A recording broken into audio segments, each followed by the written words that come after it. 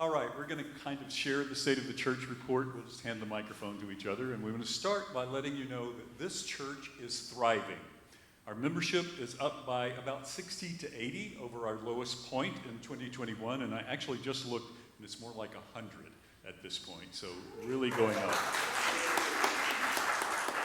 Our last membership class in April, there were 9 people who joined all at once. So, yeah, that's a reflection of the fact that we're having about 20 to 30 visitors at each service. A lot of those are repeat visitors, and then a lot of those folks end up becoming members. Also, our church groups, our ministries and activities are vibrant and getting re-engaged. You'll hear more about some of those later. We're having increased participation in religious education, and we've added a number of adult RE classes you'll also hear about later, as well as we've, as I said, reinvigorated some of our church ministries. We've been very engaged in the current Texas legislative session on issues central to our religious values and mission. I'll talk more about that.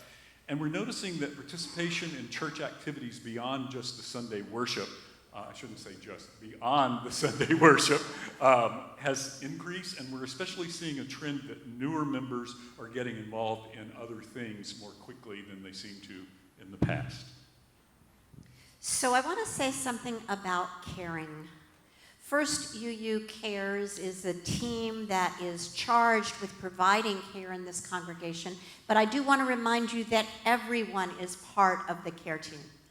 And that we want to encourage 2 things from everybody.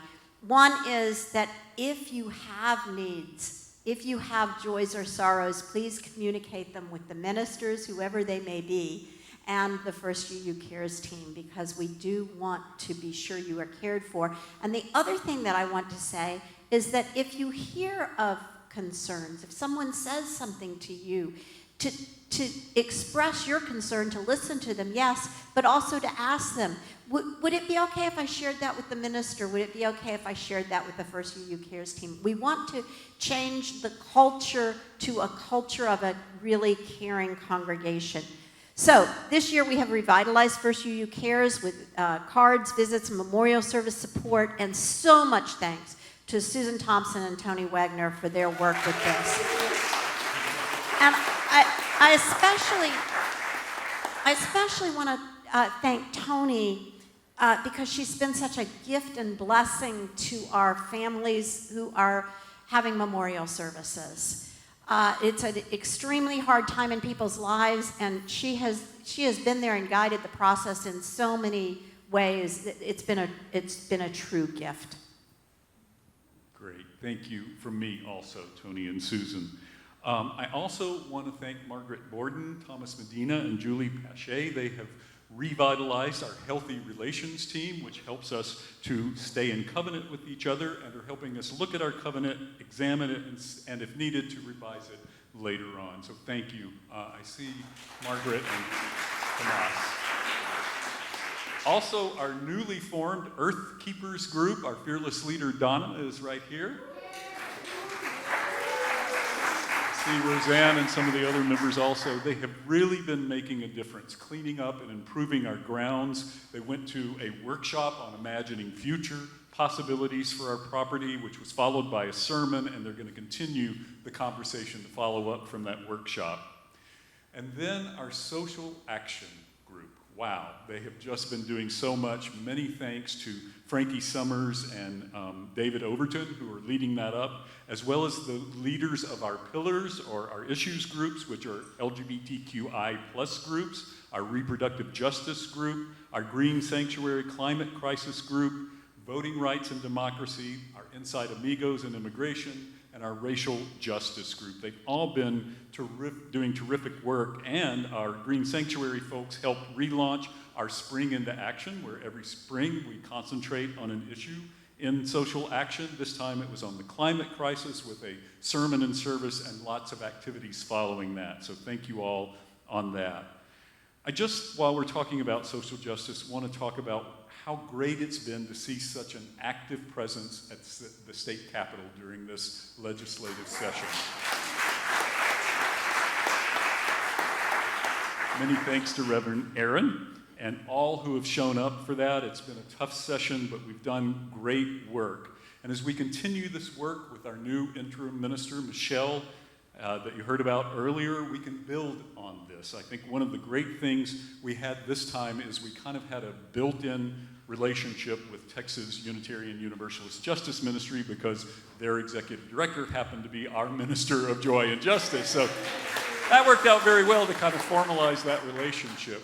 As we move into the future again, though, I want to see us continue to be that voice here in the state of Texas and to continue to find ways that are appropriate ways to continue a formal relationship with Texas UU Justice Ministry, because I've said before, this large UU church, only a few blocks from the Texas state capitol, can really change the conversation in this state, and if we change the conversation in the state, we change it throughout the country. So again, thanks to you all, and thanks to Erin, and I'm gonna let her comment further on that.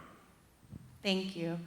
I just can't tell you what a blessing it's been to be here with this congregation this year. For the Justice Ministry and all of the people who are being directly affected by what's going on in the Capitol, we're hearing time and time again what it means to see you there.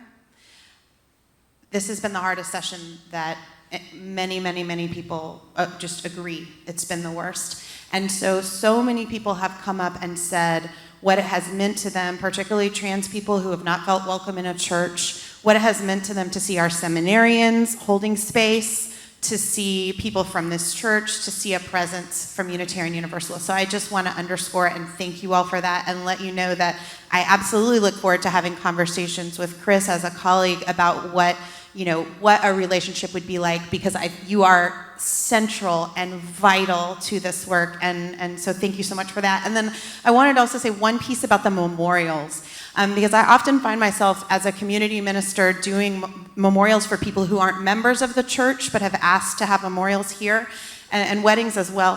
What a gift it also is for the church and the work that you do, Tony, and that everybody does, because there are people who come for a memorial in this time of grief or come for a wedding and would have never set foot in a UU church, either because they don't want to go to church at all, or they're from a religion that doesn't think we're a religion, or whatever.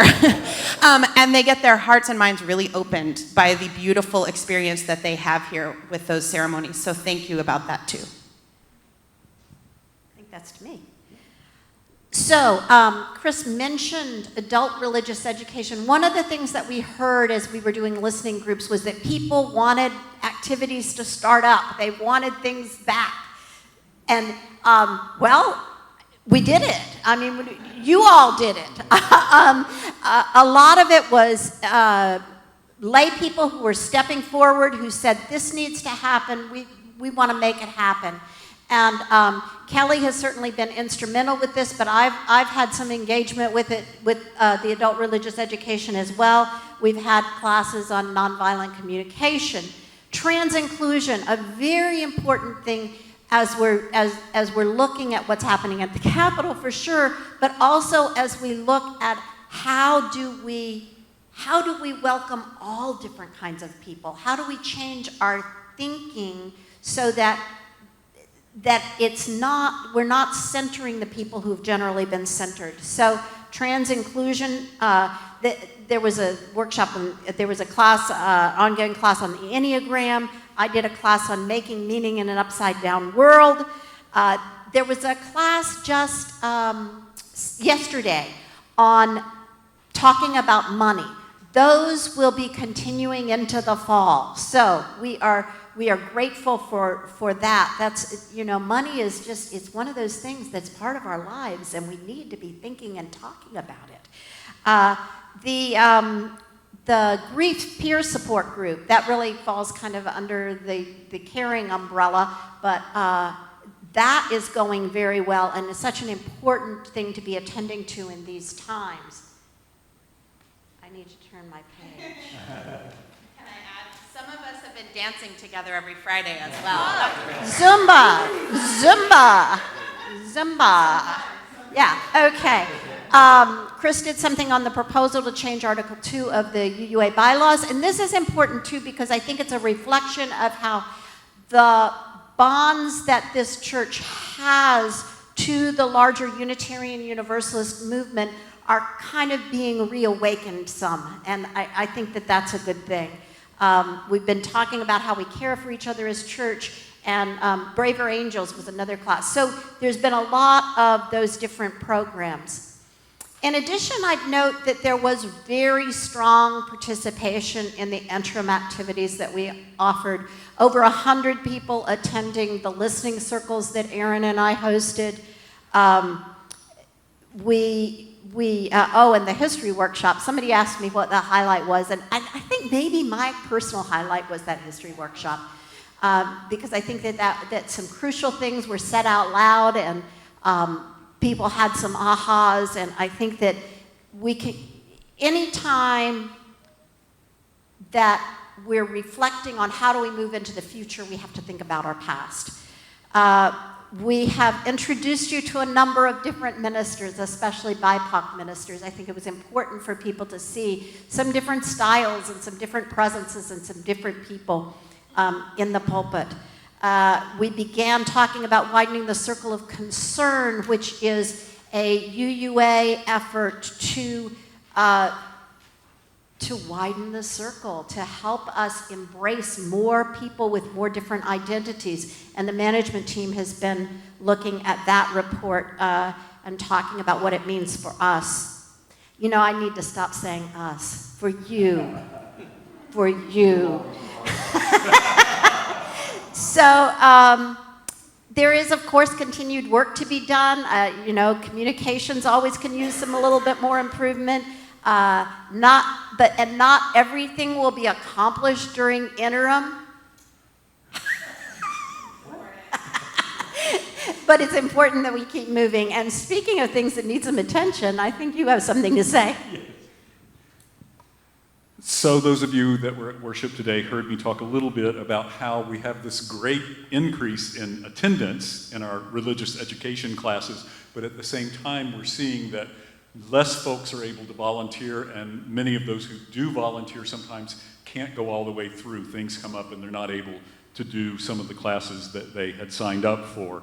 And so we really are seeing an increased need for teachers and others to help out with RE, and if you'd like to, after the meeting, there is a poster right outside the door that you can sign up to help out with that. It's great that we're growing. Now we need to make sure that we really support that program.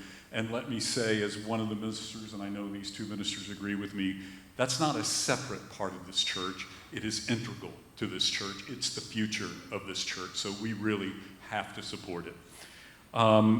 Along those lines, as part of the staffing plan that you'll hear about later, we already have put in a position we hope will work very well, where part of a salary, several hours a week, will be dedicated to having someone who coordinates OWL. We are going to start a pilot project for that. I'm pleased to announce we have some funding that was given specifically to support religious education activities. So we're going to actually start that later this year. We'll have someone who's dedicated to coordinating OWL, and then we'll continue that into the next year, and then we hope after that it will become just part of the budget as long as we do this pilot project and it works out. We want to not only be able to make OWL a big part of what we offer to our own folks, but the feedback we get from smaller churches in our area is that they could use our help with training and with providing classes that they're not big enough and don't have the resources to provide. So again, as we talk about a vision for the future for this church, I think in Central Texas we can be a leading part of how OWL happens for all of our churches. Thank you. I also want to let you know that we were back on KUT at the beginning of the year, and for free, we began streaming our worship service live on Austin Public Television on April 23rd. Yeah, you can watch that on Channel 11, and I think one of the things I love about that is that tends to have a much more diverse demographic sometimes than some of the other available sources, and the other part I love about it, of course, is that it's free. And we'll know shortly whether we can continue that going into the future.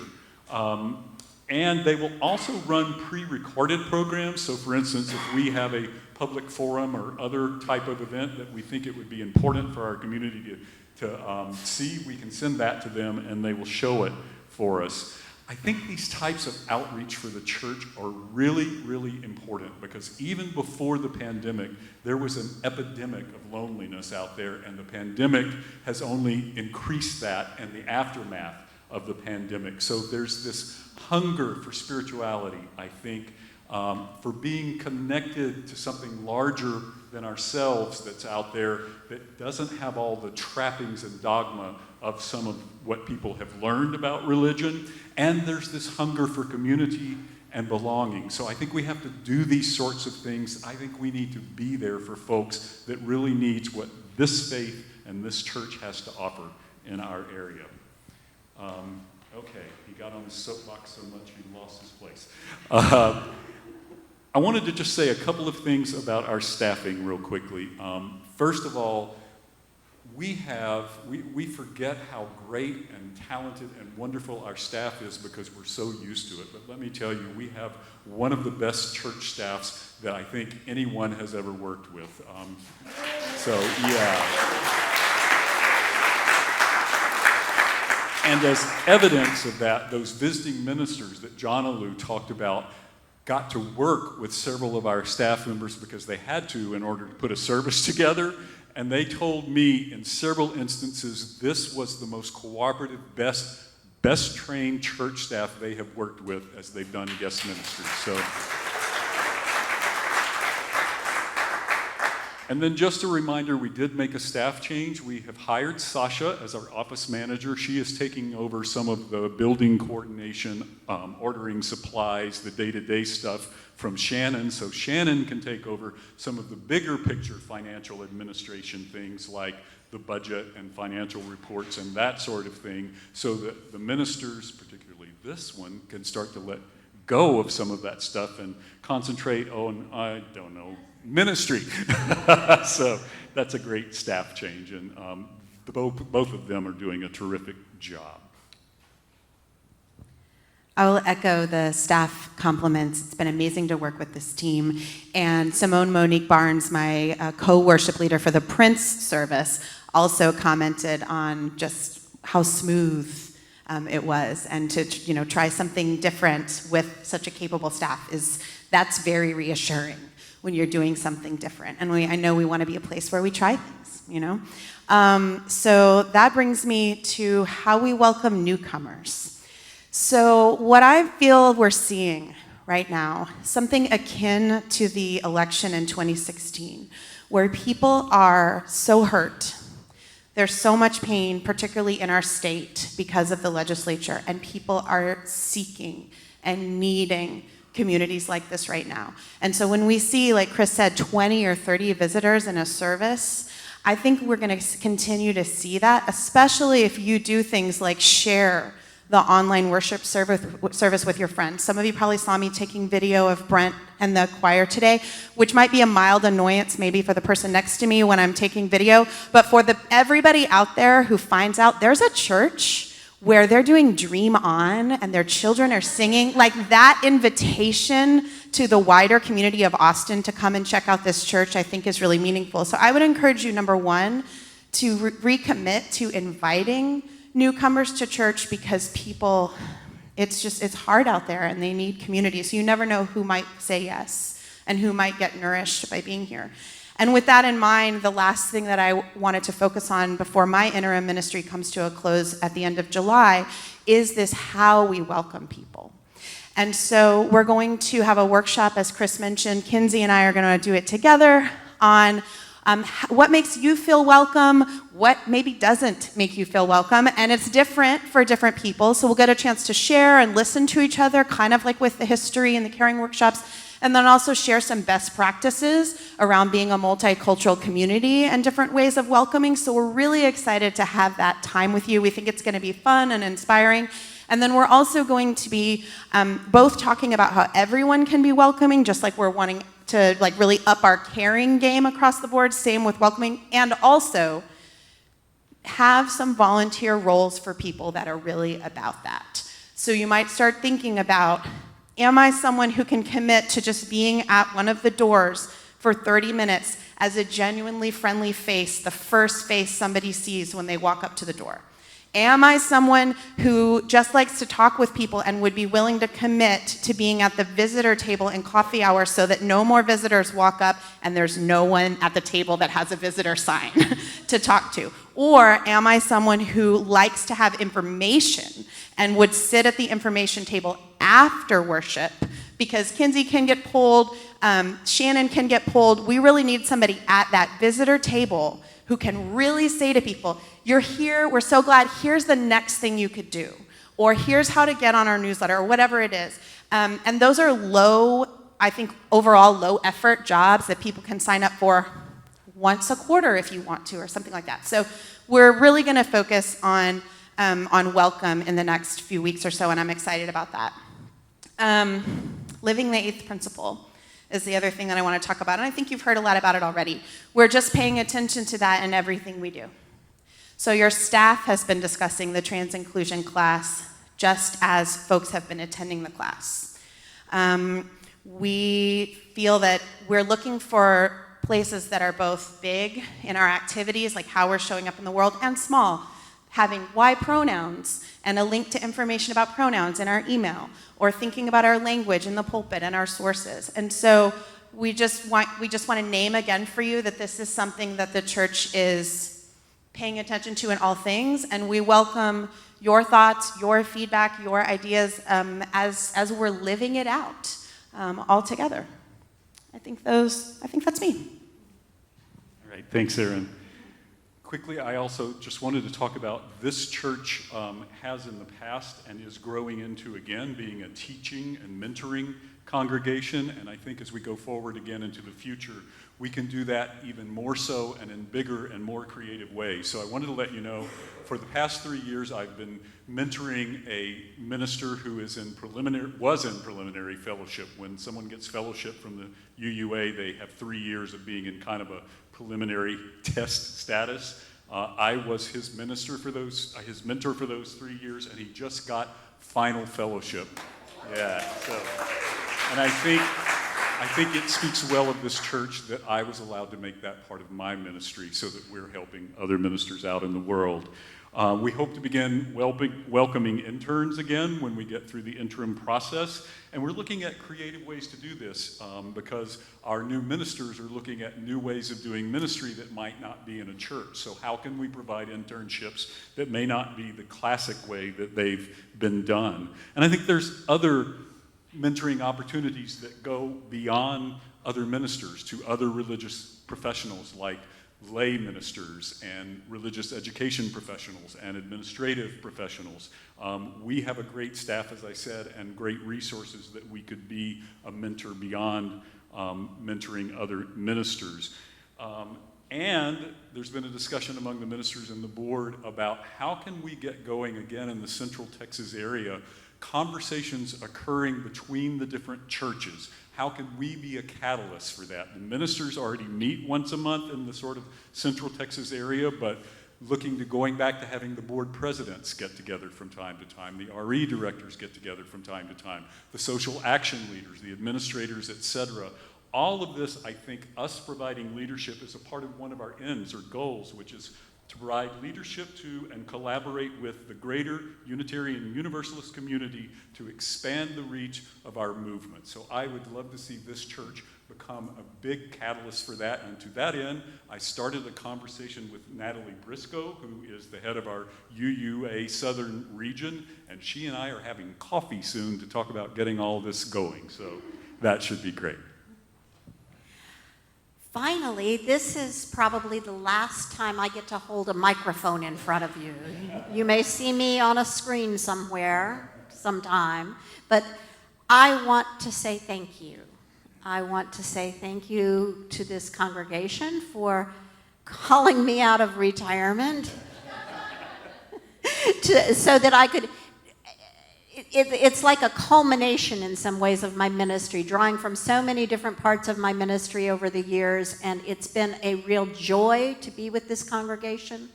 I want to thank the board for all the support, especially Nason, who I've like met with monthly, and I have felt extremely supported by the board. I really, the staff here, you know, Chris has already said they're great, and you know they're great, but I felt supported by the staff. I felt welcome. You know, whenever I would make a suggestion, they would take it really seriously, even though they were already overworked.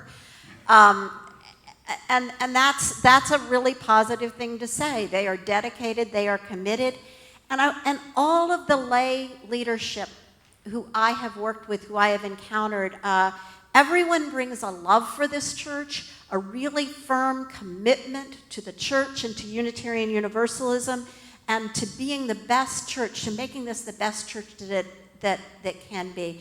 And finally, this ministerial team, I'm just going to say, they just knock it out of the park. It's just really a joy to be with them.